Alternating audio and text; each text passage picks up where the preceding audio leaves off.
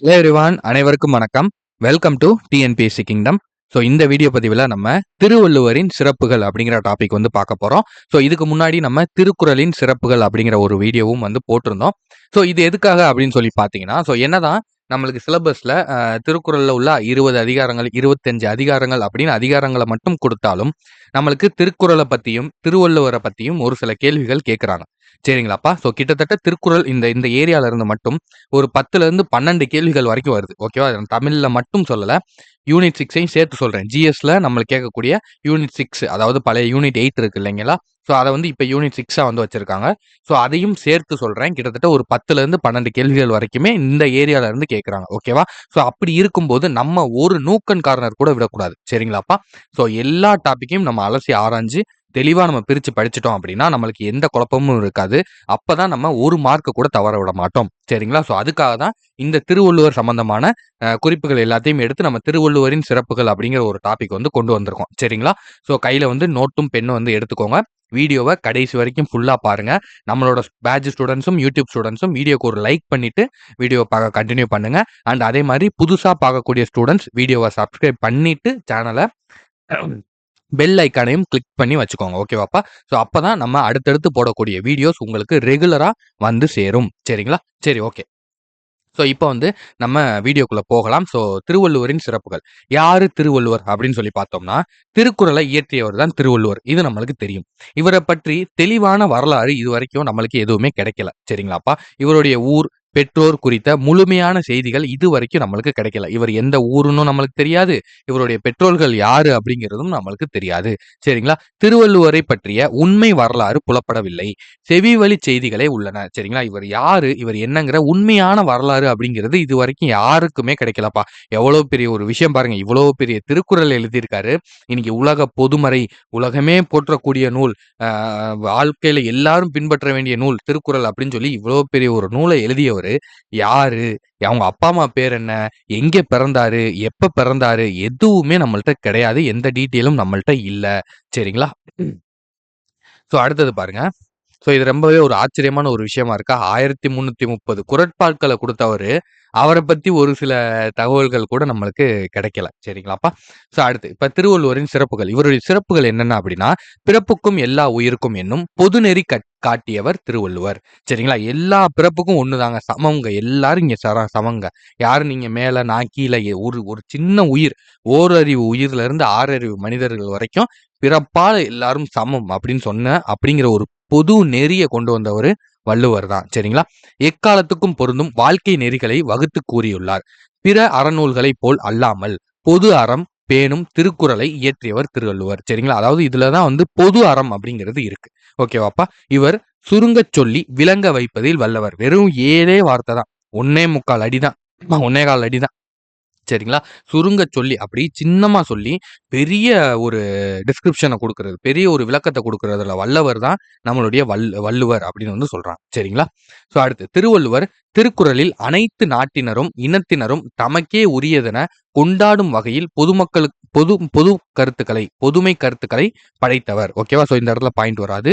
திருவள்ளுவர் திருக்குறளில் அனைத்து நாட்டினரும், சரிங்களா, எந்த நாட்டில் உள்ளவங்கனாலும் இதை படிக்கலாம், அதை கொண்டாடலாம். எந்த இனத்தவரும், நீங்க எந்த இனமா வேணாலும் இருங்க, ஹிந்துவோ முஸ்லீமோ கிறிஸ்டினோ புத்திசமோ ஜெயினிசமோ எதுவா வேணாலும் இருங்க. ஓகேவா? நீங்க எல்லாருமே கொண்டாடக்கூட ஒரு வகையில பொதுமை கருத்துக்களை இங்கே கூறியிருக்காரு அப்படின்னு சொல்றாங்க. ஓகேவா? திருவள்ளுவரை ஒவ்வொரு சமயத்தவரும் தத்தம் சமயத்தை சார்ந்தவர் என்று கூறுவர். சரிங்களா? ஏன்னா எப்பயுமே அப்படிதானே.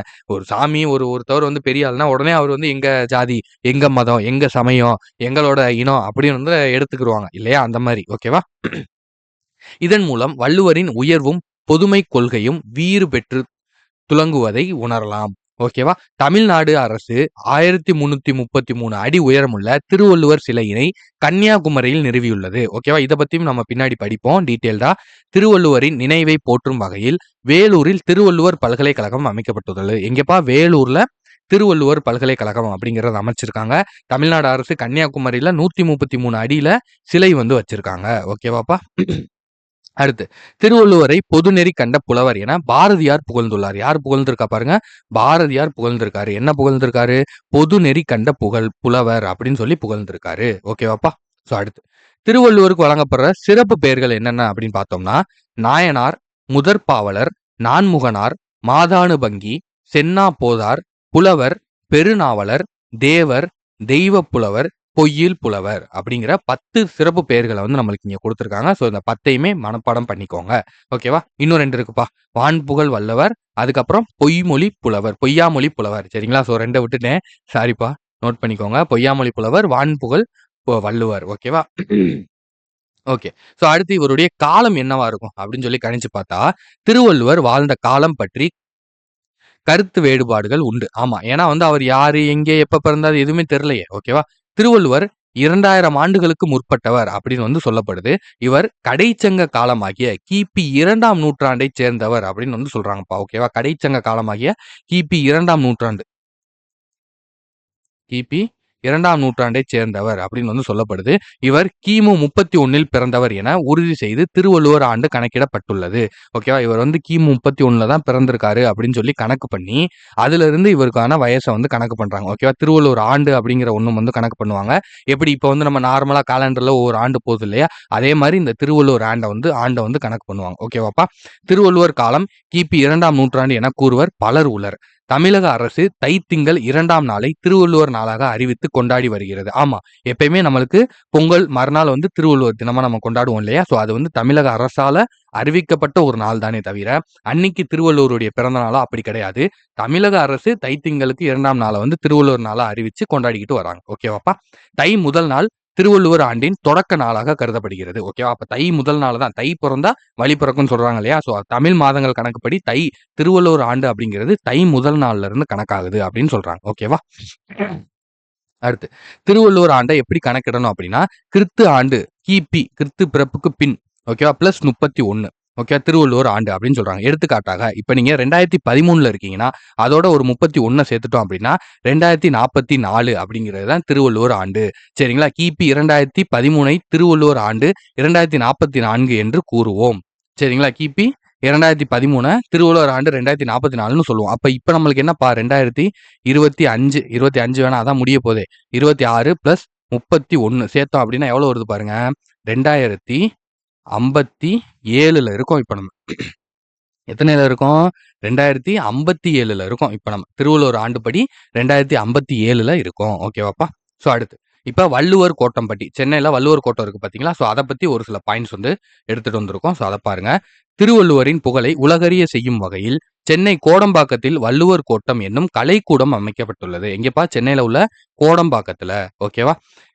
இதன் கட்டுமான பணிகள் கிபி பொது ஆண்டு 1973ல் தொடங்கி 76 வரைக்கும் நடந்திருக்கு. 73ல ஆரம்பிச்சு 76 வரைக்கும் இது வந்து நடந்திருக்கு, முடிச்சிருக்காங்க. இது திருவாரூர் தேர் போன்ற வடிவில் அமைக்கப்பட்டுள்ளது. எது போலப்பா? திருவாரூர் தேர் போன்ற வடிவில் அமைக்கப்பட்டு அதனை 2 யானைகள் இழுத்து செல்வது போன்று கருங்கற்களால் உருவாக்கப்பட்டுள்ளது. ஓகேவா? திருவாரூர் தேர் போன்று. ஓகேவா? இதெல்லாம் கேட்பாங்க. வள்ளுவர் கோட்டம் எதனை போன்று, எந்த ஊர் தேர் போன்று வடிவில் அமைக்கப்பட்டுள்ளதுன்னு கேட்பாங்க. எதனை போன்ற வடிவத்தில் அமைக்கப்பட்டுள்ளதுன்னு கேட்பாங்க. ஓகேவா? இதெல்லாம் கண்டிப்பா கேட்பாங்கப்பா. சரிங்களா? நோட் பண்ணிக்கோங்க. ஸோ அடுத்து பாருங்க. இதன் அடிப்பகுதி 25 அடி நீளமும் 25 அடி அகலமும் கொண்டது. 2 பக்கமும் 25 இன்டூ 25. ஓகேவாப்பா? தேரின் மொத்த உயரம் எவ்வளவு அப்படின்னு பார்த்தோம்னா 128 அடி. 128 அடி. 2 பக்கங்களிலும் பக்கத்திற்கு 4 சக்கரங்கள் தனி கற்களால் அமைக்கப்பட்டுள்ளன. சரிங்களா? ஒரு பக்கத்துக்கு 4 சக்கரம் அப்படிங்கிற மாதிரி தனித்தனி கற்களால ஓகே ஒரே கல்ல செதுக்காம தனித்தனி கற்களால செதுக்கியிருக்காங்க. எத்தனை? 4 சக்கரங்களை செதுக்கியிருக்காங்க அப்படின்னு சொல்றாங்க. ஓகேவா? கடைக்கோடி 2 சக்கரங்கள் பெரியவனாகவும் நடுவில் 2 சக்கரங்கள் சிறியவனாகவும் உள்ளன. ஓகேவா? ஸோ மொத்தம் 6 சக்கரத்துல கடைக்கோடியில் இருக்கக்கூடிய 2 சக்கரமும் சரிங்களா? ஸோ மொத்தம் வந்து 2 பக்கமும் 4 சக்கரம். இப்போ ஒரு தேர் இருக்குப்பா. 1 2 3 4 சரிங்களா? 1 2 3 4 ஓகே. இது மேலதான் இந்த தேர் இருக்கு. சரிங்களா? இந்த பக்கம் 4 சக்கரம், இந்த பக்கம் 4. அதுல இந்த ஃபர்ஸ்ட் 2ம் வந்து பெருசா இருக்கும். ஓகேவா? இந்த நடுவுல இருக்கக்கூடிய குட்டி 2ம் சிறுசா இருக்கும்.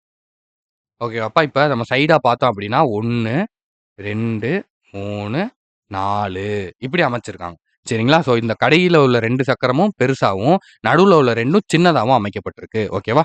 தேரின் மையத்தில் உள்ள எண்கோண வடிவ கருவறையில் திருவள்ளுவரின் சிலை கவினுற அமைக்கப்பட்டுள்ளது. கவினூர அப்படின்னா கவியூர அமைக்கப்பட்டுள்ளது. ஓகேவா? கவிநயத்தோட படைச்சிருக்காங்க அப்படின்னு சொல்றாங்க. ஓகேவா?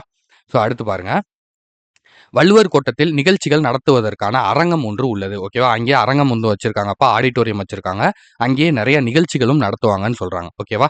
வள்ளுவர் கோட்டத்தில் 1330 குறட்பாக்களும் செதுக்கப்பட்டுள்ளன. ஓகேவா? 1330 குறட்களும்.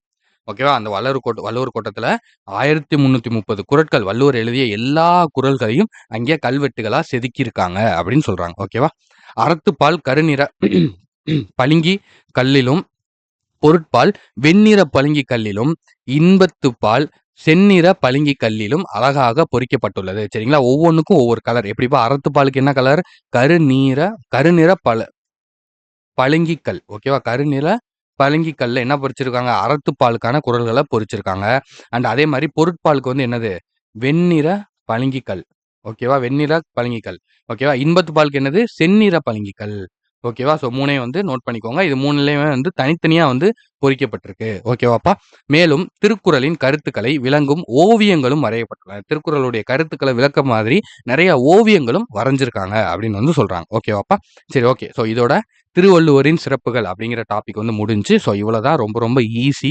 இது எல்லாத்தையும் நீங்க வந்து ஒரு 1/2 அன் ஹவர் ஸ்பெண்ட் பண்ணி இதை வாசிச்சு பார்த்தீங்க அப்படின்னாலே இது உங்களுக்கு மைண்ட்ல ஈஸியா ஸ்டோர் ஆயிரும். ஓகேவாப்பா? ரொம்ப கஷ்டம்லாம் கிடையாது. ரொம்ப ரொம்ப ஈஸியான ஒரு டாபிக் தான். ஈஸியா படிங்க. ஈஸியா அதை நீங்க முடிச்சிடலாம். சரிங்களா? சரி, ஓகே. ஸோ உங்களுக்கு வேற எதுவும் எக்ஸ்ட்ராவா டவுட்ஸ் இருக்கு அப்படின்னா கீழே கமெண்ட்ல தெரியப்படுத்துங்க. வீடியோவுக்கு மறக்காம லைக் பண்ணிருங்க. அண்ட் உங்களோட ஃப்ரெண்ட்ஸுக்கும் ஷேர் பண்ணிருங்க. புதுசா பார்க்கக்கூடிய ஸ்டூடெண்ட்ஸ் நம்மளோட சேனலை புதுசா இப்பதான் பார்க்குறீங்க அப்படின்னா தயவு செஞ்சு சப்ஸ்கிரைப் பண்ணிட்டு பாருங்க. ஓகேவா? சப்ஸ்கிரைப் பண்ணாம யார் யார் பார்க்குறீங்களோ எல்லாரும் சப்ஸ்கிரைப் பண்ணிட்டு பாருங்க. அப்பதான் நம்மளுடைய சேனல் இன்னும் நிறைய ஸ்டூடெண்ட்ஸுக்கு போய் சேரும். சரிங்களா? சரி, ஓகேப்பா. தேங்க்யூ. நான் மீண்டும் உங்களை இன்னொரு வீடியோல வந்து சந்திக்கிறேன். All the best. நன்றி. வணக்கம்.